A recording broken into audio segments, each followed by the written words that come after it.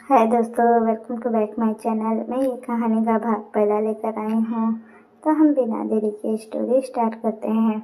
रात का वक्त एक लड़की डरते हुए अपने दोनों हाथों को आपस में ही उलझाकर अजीब तरह से रब करते हुए एक रूम में खड़ी थी, जिसे बहुत ही आलीशान तरीके से सजाया गया था। पूरे रूम में कैंडल्स लगाया गया था और बेड पर गुलाब की पंखुड़ियों से दिल का शेप बनाकर उनके माहौल को एकदम रोमांटिक तरीके से सेट किया गया था।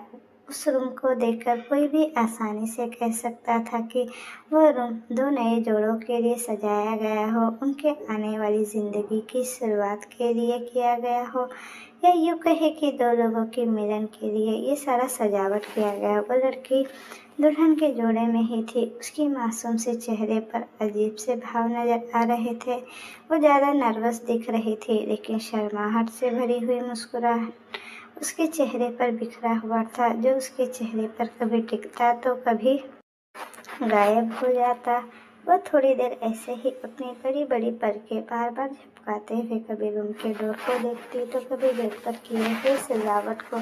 करीब 15 मिनट ऐसे ही बीत गया, लेकिन उस कमरे में उसका पति आया ही नहीं। वो लड़की थक हार कर जाकर बेड पर बैठी कि तभी उसे धड़ाम से रूम का डोर खुलने की आवाज़ सुनाई दी। वो लड़की मुड़कर देखी, जहाँ उसके पति के साथ दो लोग और खड़े थे। वह उन तीनों से कुछ कहती उससे पहले ही उसके पति को वह दोनों लड़के रूम के अंदर ढकेलते बोले, have a sweet night both of you. वो लड़की हैरानी से अपने पति को देख रही थी, जो उनके धकेलने से उसके ऊपर ही आ गिरने वाला था। वो लड़की कुछ कर पाती उससे पहले ही उसका पति उस लड़की को लेकर बेड पर गिर गया। उसका गिरना ही था कि उस लड़की के मुंह से एक आह निकल गई, आह मोक्ष। हाँ, उसके पति का नाम मोक्ष था। मोक्ष कराते हुए अपना सर पकड़कर उस लड़की के बगल में लेट गया। उसका सर पकड़ने का ढंग देखकर ऐसा लग रहा था कि उसके सर में बहुत तेज दर्द हो रहा है। मेरा सर क्यों इतना फट रहा है? मोक्ष ने कराहते हुए बोला। तो वह लड़की जल्दी से उठकर उसके सर पर हाथ रखी तो उसकी आंखें हैरानी से चौड़ी हो गई। वह जल्दी से मोक्ष का माथा और हाथ पकड़कर चेक करते बोली, मोक्ष आपका बदन इतना गर्म क्यों हो रहा है? तभी मोक्ष ने उसे अपने ऊपर खींच लिया। उसने आंखें आधा खुले हुए थे और आधा नशे से बंद थे। वह नशे में ही था, या यूँ कहें कि उसने नशा कराया गया था। मोक्ष का इस तरह अपने ऊपर खींचने से वो लड़की कुछ समझ नहीं पाई थी। वह अपना चेहरा ऊपर कर मोक्ष के चेहरे को देखती, जो नशे से चूर हो गया था। वह कुछ कहने को हुई कि तभी मोक्ष उसके लाल होठों पर अपनी उंगली रख अपना चेहरा थोड़ा ऊपर उठाकर अपने होठ उस उंगली पर किस किया तो उस लड़की के होठ पर था। मोक्ष के होठों का स्पर्श पाते ही वह लड़की कस के अपनी आंखें बंद कर ली। वहीं मोक्ष धीरे से अपनी उंगली हटाकर उसके होठों को मुंह में भर लिया।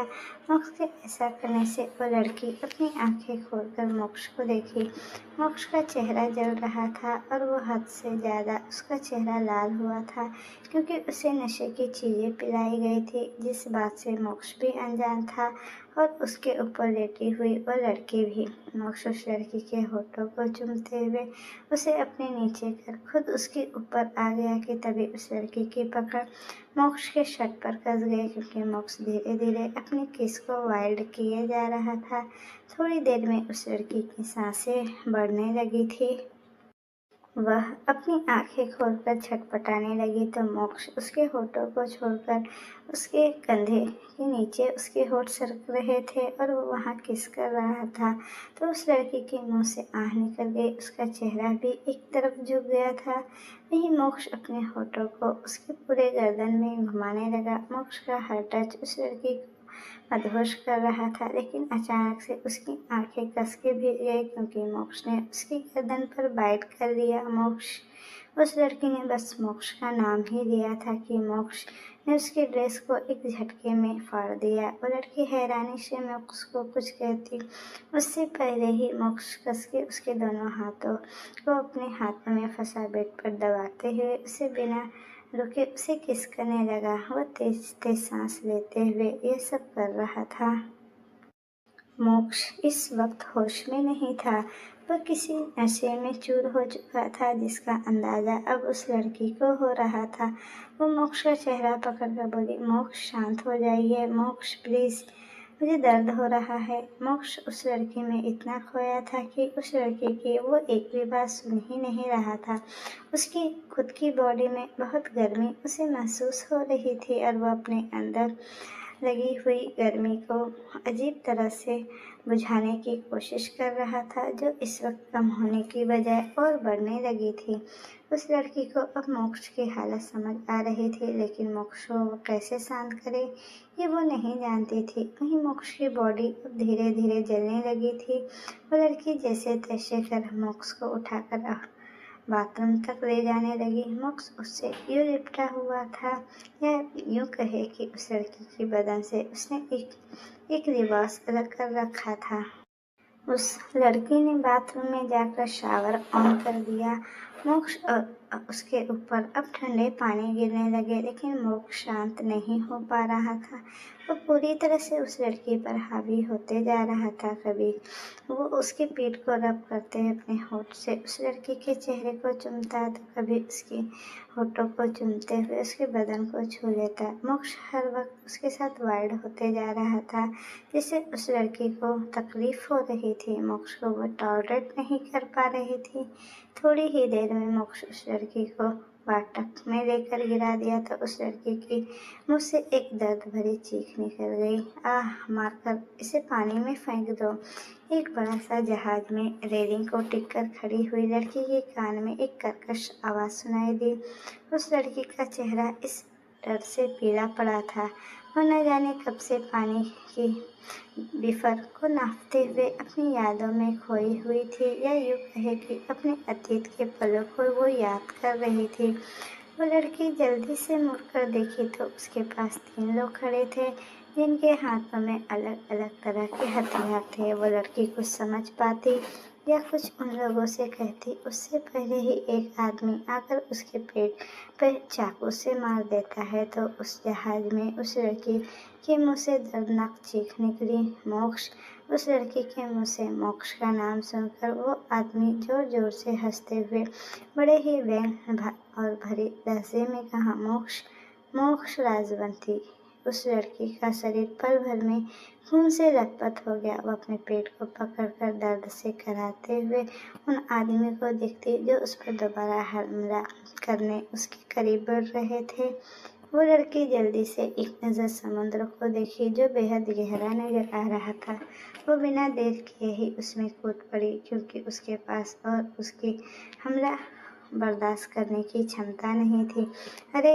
वो तीनों आदमी हैरानी से रेलिंग को पकड़कर झुककर पानी में देखने लगे। वो लड़की डूबने लगी थी और देखते ही देखते वो डूब गई और उसके आसपास का पानी भी खून के रंग में रंगने लगा था।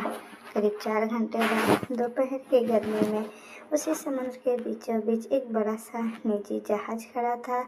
उस जहाज पर इस वक्त काली वर्दी में कई बॉडीगार्ड खड़े थे और उनमें से कुछ गार्ड उस समुद्र में ऐसे कूद रहे थे जैसे वह कुछ ढूंढने की कोशिश कर रहे हैं।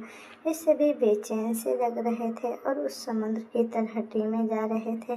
ठीक उसी समय जहाज के दूसरी तरफ एक आदमी एक कुर्सी पर बैठकर लगातार लैपटॉप पर टाइप कर रहा था। उसकी खूबसूरत उंगलियां लैपटॉप पर खूबसूरती से काम कर रही थी, लेकिन उसका चेहरा भावहीन और कोड एक्सप्रेशन के साथ भरा था। तभी अचानक से एक आदमी उसके पीछे आकर खड़ा हो गया। वह असमंजस में था कि उसे अपने बॉस से कैसे बातें करनी चाहिए। वो अभी सोच ही रहा था कि तभी उसे एक ठंडी आवाज़ सुनाई दी, जिससे उसकी शरीर एकदम से ठंडा हो गया। वह जल्दी से अपने होश में आया। कुछ पता चला। अपने बॉस मोक्ष राजवंशी का सवाल सुनकर वो आदमी, जो मोक्ष का असिस्टेंट देव सिंह था, वो बोला, जी बॉस। देव का आवाज़ सुन मोक्ष के चेहरे पर मुस्कुराहट दौड़ आया। वो बोला, great work, let's go back.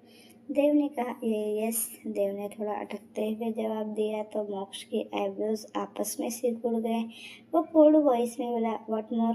तभी देव ने कहा, बॉस, हमें एक लाश मिली है। मोक्ष ने कहा, तो फिर उस बॉडी को ऊपर क्यों नहीं लाए? उस लाश को उठाने दो।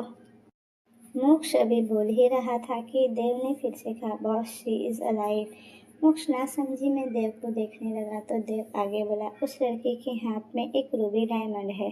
मोक्ष अपना माथा रब करने लगा। फिर उसने अपना लैपटॉप बंद कर साइड में रखा, फिर उठकर बाहर चला गया। देव मोक्ष को ही नोटिस कर रहा था।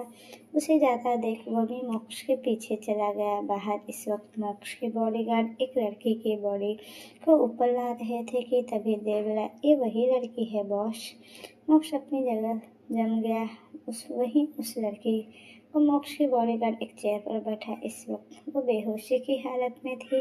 जब मोक्ष ने उसे अनजाने में देखा तो उसके दिल को ऐसा लगा जैसे उसके शरीर के अंदर कुछ टूट सा रहा है और वो बहुत दर्द हो रहा है। अनजाने में ही वो उसकी ओर चला गया। उस लड़की के लंबे काले बाल उसके खूबसूरत चेहरे को ढक रहे थे। उसने एक फॉर्मल आउटफिट पहनी हुई थी। उसकी गीली शर्ट उसके शरीर से चिपक गया था, जिससे उसका परफेक्ट फिगर अच्छे से दिख रहा था। मोक्ष उसके करीब जाकर उस लड़की का हाथ पकड़कर उसका पल्स चेक करता है। अचानक से उसकी आंखें डार्क होने लगी। वो जल्दी से देव से बोला, बी क्विक, इसकी सांसें धीमी हो रही है। पास में ही हॉस्पिटल में डॉक्टर्स का इंतज़ाम करो। ठीक है बॉस। देव इतना कहकर एक बॉडीगार्ड को देखा। वो अपना सर हाँ में हिलाते हुए किसी को कॉल करने लगा। वहीं मोक्ष एकटक उस लड़की के चेहरे को देख रहा था जो उसके काले बालों से ढका हुआ था। मोक्ष धीरे धीरे उसके चेहरे से बाल हटाता है तो एक बार फिर उसका दिल पागलों की तरह धड़कने लगता है। वो लड़की बेहद सुंदर और अट्रैक्टिव लग रही थी। उसके चेहरे पर एक तिल उसे और अधिक आकर्षक और सुंदर बना रहा था। लेकिन धीरे धीरे उसका चेहरा नीला पड़ता हुआ नजर आ रहा था। शायद वह लड़की ज़्यादा देर तक पानी में रहने की वजह से हो रहा था। मोक्ष की नज़र उस लड़की की कमर पर पड़ी जहाँ बड़ा सा कट लगा था। ये देख मोक्ष एक पल के लिए सोचने लगा कि ये लड़की अभी तक जिंदा कैसे है, क्योंकि उसके कमर पर लगी हुई वह चोट कुछ ज़्यादा ही गहरी लग रही थी। ये सब सोचते सोचते मोक्ष को पता नहीं चला कि कब वो लड़की को लेकर वो शहर पहुंचा। देव की आवाज़ सुनकर मोक्ष होश में आया। बॉस हम पहुंच गए, देव ने कहा तो मोक्ष ने बस हाँ में सर हिलाया। वहीं देव एक बॉडीगार्ड को आवाज़ लगाते हुए कुछ ऑर्डर्स करने को हुआ कि उसकी नज़र मोक्ष पर टिक गई, जो अपना कोट निकालकर उस लड़की को पहनाकर उसे अपनी गोद में ले जाकर शिप से बाहर आने लगा। मोक्ष फिर जाकर अपनी कार में बैठ गया। देव और मोक्ष के सारे बॉडीगार्ड शॉक होकर बस मोक्ष को ही देख रहे थे, क्योंकि मोक्ष को ऐसे वो पहली बार देख रहे थे। उस बेरहम इंसान का आज किसी पर रहम करने का नज़ारा वहाँ पर दिख रहा था। मोक्ष उस लड़की को अपनी गोद में ही लिए बैठा था। वहीं पैसेंजर सीट पर बैठे हुए देव बार बार उस लड़की को देखने की कोशिश कर रहा था, क्योंकि मोक्ष की कैरिंग साइड आज उसे चौंका कर रख दिया था। वह जानना चाहता था कि उस बेरहम इंसान मोक्ष का दिल इस लड़की के लिए क्यों धड़क रहा है। करीब 10 मिनट बाद सब हॉस्पिटल पहुंच गए कि तभी सारे बॉडीगार्ड्स एक्शन मोड में आकर हॉस्पिटल के चारों ओर फैल गए। वहीं मोक्ष उस लड़की को लेकर हॉस्पिटल के अंदर गया। देव ने पहले ही डॉक्टर के स्टाफ अरेंज किया था, तो मोक्ष को देखते ही सारे डॉक्टर्स पहले उन्हें ग्रीट किया, फिर ट्रीटमेंट के लिए उस लड़की को देखने लगे। वहीं मोक्ष चुपचाप हॉस्पिटल के वार्ड के पास रखे हुए एक बेंच पर बैठ गया। वहीं उसके बगल में ही देव खड़ा था, जो इस वक्त किसी सोच में गुम था। देव एकटक वार्ड की तरफ देखते हुए बोला, ऐसा क्यों लग रहा है कि यह लड़की, इसे मैंने कहीं देखा है और मैं इससे मिला हुआ हूँ।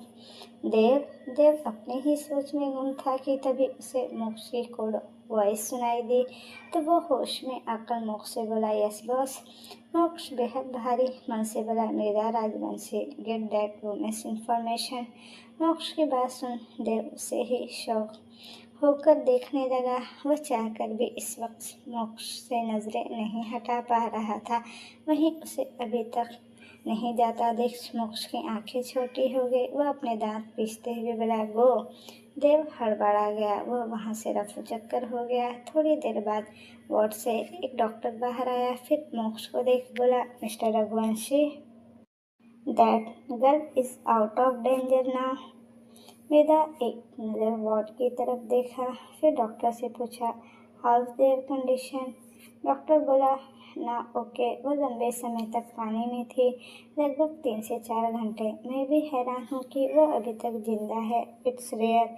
डॉक्टर की बात सुन मोक्ष ने भी कुछ नहीं कहा, क्योंकि डॉक्टर जो बोल रहा था वो सही था। जिस तरह उस लड़की की हालत थी तो उससे यही लग रहा था कि वह लंबे समय तक पानी में है, फिर भी उसकी सांसें धीमी ही लेकिन चल रही थी। मोक्ष बोला, मैं अब उसे ले जा सकता हूँ ना डॉक्टर। डॉक्टर ने अपना सर हाँ में हिलाते बोला, I will suggest keeping her under observation. अगर आप घर में ही हॉस्पिटल के उपकरणों का इंतजाम कर उसका ख्याल रख सकते हैं तो यू कैन टेक हर। मैं साथ में डॉक्टर्स और नर्स भेज दूंगा। मोक्ष बोला, ओके। डॉक्टर के कहने पर मोक्ष उस लड़की को अपने गोद में लेकर हॉस्पिटल से बाहर आकर अपने एक्सपेंसिव कार में बैठ गया। अगले 1 घंटे के आसपास मोक्ष का कार अपने प्राइवेट विला के सामने रुक गई। मोक्ष उस लड़की को अपने गोद में उठाकर अंदर चला गया। वह जैसे जैसे अंदर जा रहा था वैसे ही सारे के सारे सर्वेंट्स हैरान हो रहे थे, क्योंकि मोक्ष को कभी किसी को छूना बिल्कुल पसंद नहीं था, चाहे वह लड़की हो या लड़का। उसे स्किन कांटेक्ट करना बिल्कुल पसंद नहीं था। मोक्ष उस लड़की को लेकर कमरे में गया, फिर धीरे से उसे बिस्तर पर लिटा दिया। मोक्ष फिर वहीं खड़ी एक फीमेल सर्वेंट को बोला, मैडम का ख्याल रखो, you are in charge of her. वो फीमेल सर्वेंट हैरानी से मोक्ष को देखते हुए अपना सर हाँ में हिलाई। वहीं मोक्ष एक नज़र उस लड़की को देखा, फिर वहाँ से चला गया। वहीं वह फीमेल सर्वेंट अपनी आंखें बड़ी करते हुए उस लड़की को देखने लगी जो मोक्ष राजवंशी के बिस्तर पर लेटी थी। तभी रूम में एक डॉक्टर आया। वो उस लड़की को चेकअप किया, फिर जाने को हुआ तो उस फीमेल सर्वेंट ने उसे रोकते बोली, इन्हें क्या हुआ है डॉक्टर। डॉक्टर थोड़ा रुककर बोला, यह अभी टेम्पररी कोमा में है। फीमेल सर्वेंट शॉक होकर उस लड़की को देखने लगी, फिर वो डॉक्टर से पूछे, इन्हें होश में आने में कितना वक्त लगेगा। डॉक्टर बोला, मे बी 2-3 डेज। इसके बाद उस फीमेल सर्वेंट ने कुछ नहीं कहा, वह थोड़ी देर वहाँ रुकी, फिर रूम से बाहर चली गई। वहीं डॉक्टर्स हर आधे आधे घंटे बाद आकर उस लड़की का चेकअप करने लगे। 2 दिन बाद देव मोक्ष गुस्से से हॉल में इधर से उधर टहलते हुए देव को लगभग चिल्लाते हुए आवाज़ लगाया, देव देव। देव डरते हुए सामने आया और अटकते हुए कुछ कहता उससे पहले ही मोक्ष चिल्लाकर बोला, तुम्हारी इतनी यूजलेस कैसे हो सकते हो। तुम 2 दिन के भीतर आए हो, लेकिन मृदा राजवंशी की अब तक तुमसे कोई इन्फॉर्मेशन नहीं निकाला गया। हाँ, देव थर से कांप रहा था। मोक्ष का ऑरा अब हद से ज़्यादा सख्त और गुस्से से भरा था। देव इस वक्त सांस लेने के लिए भी मुश्किल सा महसूस करने लगा था, लेकिन उसे उस आदमी को जवाब देना ही था। तो उसने अटकते हुए कहा, बॉस, मृदा राजवंशी की कोई इन्फॉर्मेशन ही नहीं मिल रही है। ऐसा लग रहा है कि वह इस दुनिया में है ही नहीं। मोक्ष की हाथों की मुट्ठियाँ बन गई और गुस्से से देव का कॉलर कस के पकड़कर चिल्लाते बोला, तुम्हें पता भी है तुम इस वक्त किस तरह के बेवकूफ़ी भरी बातें कर रहे हो। देव ने अपना सर नीचे झुका लिया। वहीं मोक्ष के दांत भींच से गए थे। बॉस। तभी एक फीमेल सर्वेंट ने मोक्ष को आवाज़ लगाया तो मोक्ष ने अपना चेहरा घुमाकर अपनी गुस्से नजरें उस सर्वेंट पर टिकाई तो वह आदमी थर-थर कांपने लगा। फिर भी उसे जवाब देना ही था तो वह बोला, बॉस, उस लड़की को होश आया है। अचानक से मोक्ष के चेहरे के हाव भाव बदल गए। उसकी पकड़ भी देव के कॉलर पर ढीली हो गई। वह एक नज़र अपने रूम की तरफ देखा जहां उसने उस लड़की को एडमिट किया था। मोक्ष फिर देव का कॉलर छोड़कर गुस्से में बोला, you be ready to get punishment. Moksh इतना बोलकर अपने रूम की तरफ चला गया। वहीं देव जाते हुए मोक्ष को देखकर अपने मन में ही बोला, शादी के 3 साल हो गए हैं और बॉस ने कभी मृदा राजवंशी के बारे में जानना भी नहीं चाहा, तो फिर आज क्यों। देव यही सोचते हुए बाहर चला गया। वहीं रूम में वह लड़की इस वक्त बेड पर बैठी हुई थी। उसके चेहरे पर कोई इमोशन नहीं था। लेकिन हाँ, उसकी नीली आंखों में अजीब सी अनकही सी दर्द जरूर नजर आ रही थी। मोक्ष जैसे ही अपने कदम रूम में रखा तो उसकी नज़र सीधे उस लड़की की नीली आंखों पर गई, जो कि बेहद खूबसूरत लग रही थी। मोक्ष गुदगुदाते हुए उसके करीब जाते बोला, सो ब्यूटीफुल आइज।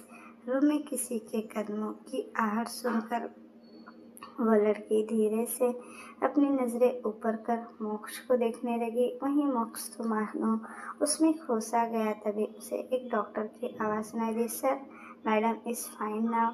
डॉक्टर इतना बोलकर वहाँ से चला गया। वहीं मोक्ष की नज़रें अभी भी उस लड़की की आंखों पर ही टिकी थी। वह धीरे से उसके करीब जाते हुए पूछा, आर यू ओके गर्ल? मोक्ष का सवाल सुनकर वह लड़की डरते हुए थोड़ी देर मोक्ष को देखने लगी। मोक्ष उसे नासमझी से देख रहा था। उसे ऐसा लग रहा था कि वह उस लड़की को जानता है। कुछ तो है जो उससे जुड़ा हुआ है, लेकिन क्या? वहीं रूम में अब देव भी आ गया। देव की नज़रें एक बार फिर उस लड़की पर गई। फिर मोक्ष को देखते हुए वो अपने मन में बोला, दोनों एक दूसरे को देख रहे हैं, लेकिन मैं डर रहा हूँ क्योंकि मुझे अभी अभी पता चला है कि ये लड़की कौन है। जब बॉस को पता चलेगा तो वो कैसे रिएक्ट करेंगे, कैसे बताऊँ मैं इन्हें। देव अपने मन ही मन में बड़बड़ाए ही जा रहा था कि तभी मोक्ष की आवाज़ उसे सुनाई दी, जो उस लड़की से कह रहा था, तुम ठीक तो हो ना, या फिर तुम कोई गूंगी वूंगी हो? वहीं उस लड़की ने बस अपनी आंखें टिमटिमाते हुए मोक्ष को देख रही थी। बहुत से राज छुपे हुए थे उसकी उन नीली आंखों में। इस वक्त सिर्फ उस आंखों में दर्द नजर आ रहा था, जो सामने खड़े इंसान समझना तो दूर, उसे अंदाजा भी नहीं था। उस लड़की को कुछ न बोलता देख मोक्ष बोला, तुम सुन भी रही हो? वो लड़की अपना सर नीचे कर अपने हाथ को देखी, फिर अपना रिंग निकाल कर मोक्ष की तरफ बढ़ा दी तो मोक्ष की आंखें छोटी हो गई। वो बोला, एक्सक्यूज मी? वो लड़की बोली, thank you for saving my life. ये रिंग ज़्यादा कॉस्टली तो नहीं है, लेकिन हाँ थैंक यू। मोक्ष एक नज़र उसके रिंग को देखा, फिर उस लड़की से बोला, मैंने तुम्हें पैसे के लिए सेव नहीं किया था, सिर्फ इसलिए कि तुम्हारी वजह से मुझे मेरा चीज़ मिला है। मोक्ष की बात सुनकर वो लड़की बस उसे देखने लगी। फिर वह बोली, फिर इस रिंग का सेम प्राइस मुझे दे दो और मुझे एक कॉल भी करना है, क्या नहीं? मोक्ष बिना भाव के उस लड़की को थोड़ी देर देखा, फिर देव को आवाज़ लगाया। देव वहीं खड़ा था तो वह जल्दी से उस लड़की को फ़ोन दे दिया। वो लड़की एक गहरी सांस लेते हुए देव के हाथ में से फ़ोन लेकर किसी को कॉल किया तो उधर से किसी ने कॉल पिक किया तो वह लड़की बोली, शिव। उधर से एक उदासी भरी आवाज़ सुनाई दी, आप जिंदा हैं? अनलकीली हाँ, उस लड़की ने बोलते हुए आह भरा तो उधर से वो लड़का गुस्से से बोला, दी तुमने माँ पापा को कुछ बताया? उस लड़की ने पूछा तो उधर से ना में जवाब मिला तो वो लड़की बोली, स्मार्ट बॉय। वो लड़की मोक्ष को देखी, फिर शिव से बोली, मैं 1 घंटे में एयरपोर्ट पहुंच रही हूँ, तुम वहीं आकर जाना, हम अभी मुंबई जाएंगे। वो लड़की इतना बोलकर कट करने को हुई तो उधर से शिव बोला, दी जीजू से मिलोगी या नहीं? वो लड़की की नज़र अपने आप मोक्ष पर चली गई। मोक्ष बिना भाव के उसे ही देख रहा था। तभी वो लड़की सरकास्टिक स्टाइल में बोली, I am zero interested in meet him, so let it.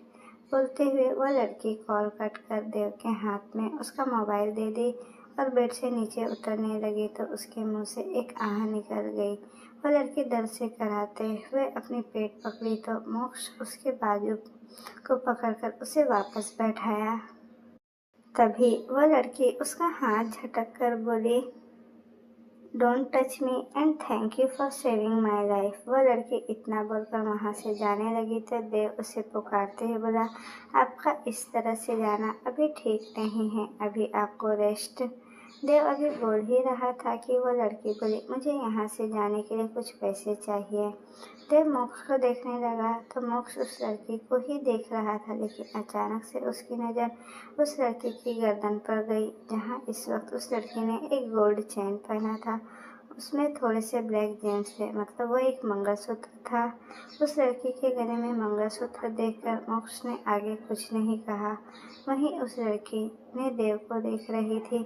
तभी देव अपने वॉलेट से पैसे निकाल कर दिया तो वो लड़की एक हाथ में पैसे लेकर दूसरे हाथ से उसे रिंग दे दिया। वहीं देव कभी मोक्ष को सवालिया निगाहों से देखता तो कभी उस लड़की को। वो लड़की वहाँ से चली गई। तभी देव बोला, बॉस वो लड़की। मोक्ष अपने बालों में उंगली फिराते बोला, जाने दो उसे और फॉलो करो कि वो कहाँ जा रही है। देव कुछ और बोलना चाहता था लेकिन उसे समझ नहीं आ रहा था कि वो बोले तो क्या बोले। फिर भी वो थोड़ी हिम्मत करके बोला, बॉस आपको याद भी है कि आपकी शादी हुई है और आपने अभी तक लेडी बॉस से डिवोर्स नहीं लिया। मोक्ष सवालिया नजरों से देव को देखने लगा। उसे अचानक से समझ नहीं आया था कि देव ने शादी और डिवोर्स का जिक्र क्यों किया। वही मोक्ष को ऐसे देख देव बड़बड़ाते बोला, किस तरह का आदमी है ये। वॉट?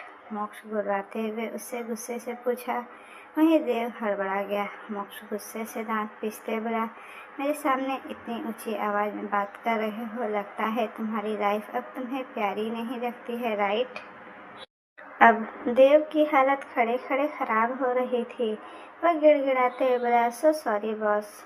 मोक्ष उसे घूर कर देखने लगा। तभी देव हिम्मत जुटाकर मोक्ष से पूछा, क्या आपको नहीं लगता कि आप अपनी बीवी के साथ गलत कर रहे हो? मोक्ष के हाथों की मुट्ठी बन गई थी। वह बोला, कौन सी बीवी? उस औरत को मैंने कभी अपनी बीवी माना ही नहीं, और दूसरी बात, हम दोनों के बीच पति पत्नी जैसा कोई रिश्ता ही नहीं। मोक्ष की बात सुनकर देव एकदम से शांत रहा। तभी मोक्ष बोला, जो काम दिया है वो हो जाना चाहिए। मोक्ष जाने लगा तो देव अपना हाथ माथे पर रखते हुए बोला, ओ गॉड। मोक्ष वहाँ से जाने के लिए जैसे ही मुड़ा था कि देव जल्दी से बोला, बॉस वो लड़की मृदा है। मोक्ष के कदम अचानक से रुक गए। वो मुड़कर नासमझी में देव को देखते हुए पूछा, हूँ?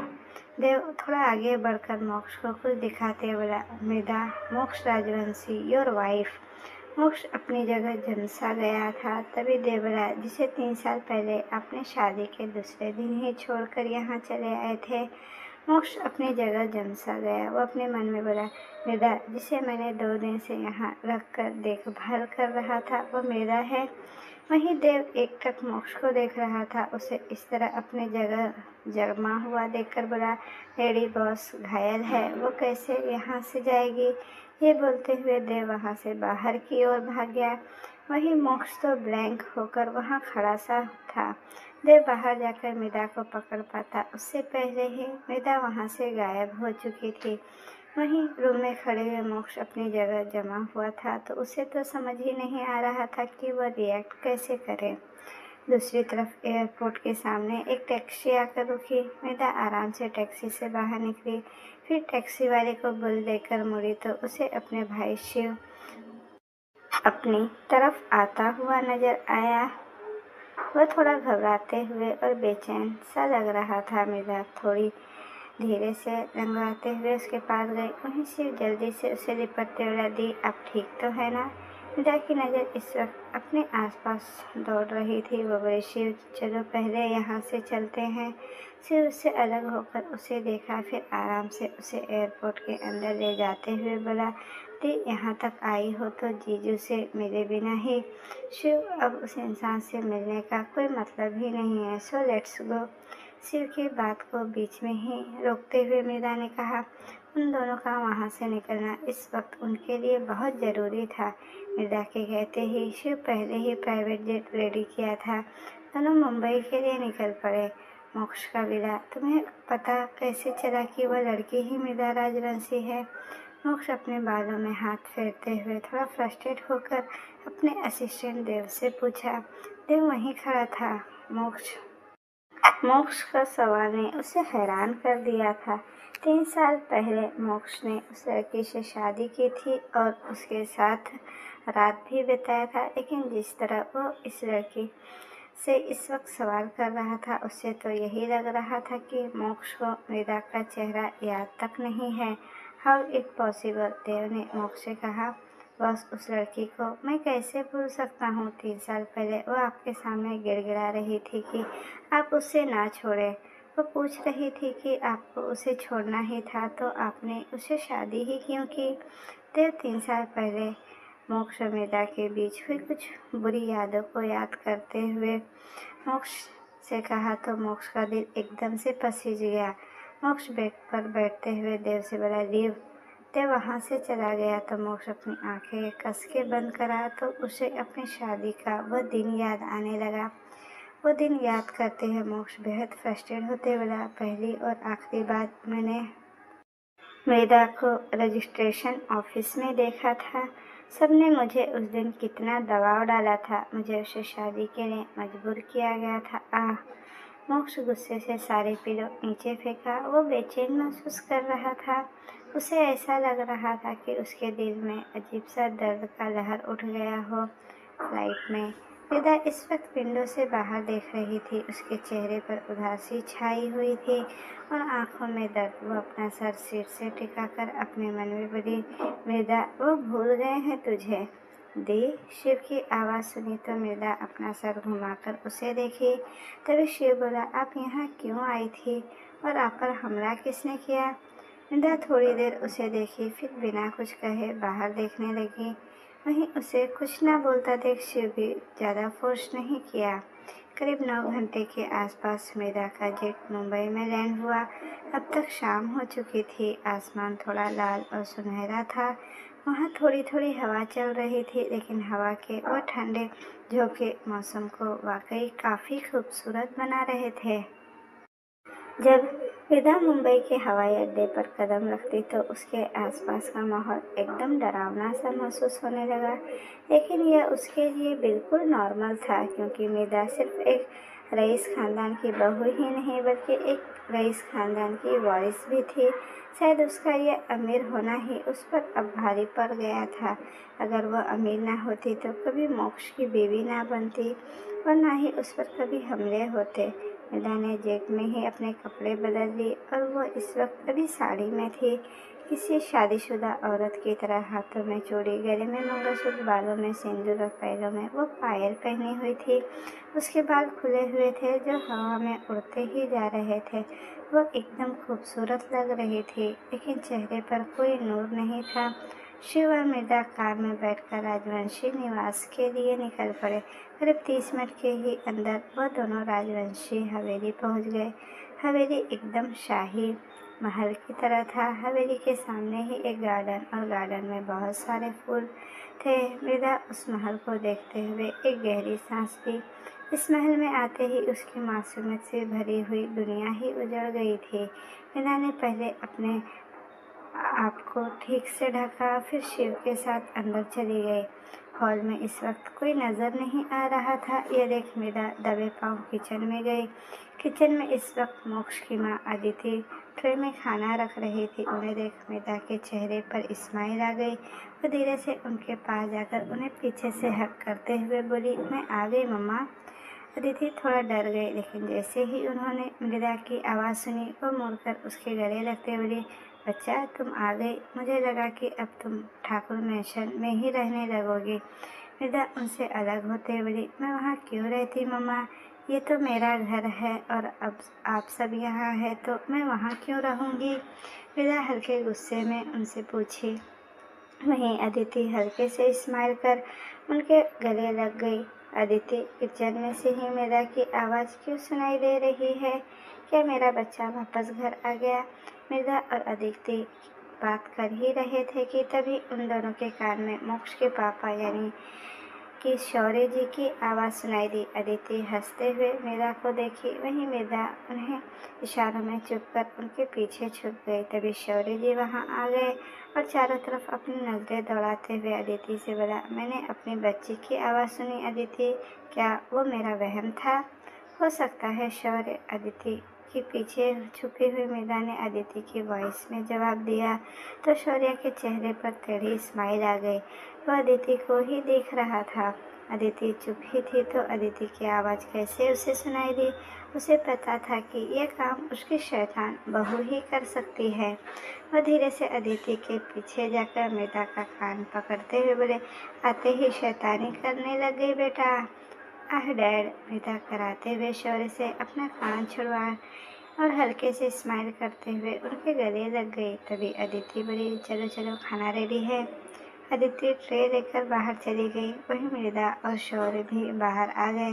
मृदा इस वक्त काफ़ी कमजोरी महसूस कर रही थी, लेकिन वह सब घर वालों के सामने मिलकर रेस्ट करने जा रही थी। डाइनिंग एरिया में इस वक्त मोक्ष के दादाजी शौर्य, राजवंशी दादी राधिमा, राजवंशी बैठे हुए थे। मृदा उनके पास गई। तभी सूर्या बोला, मेरा बच्चा आ गया।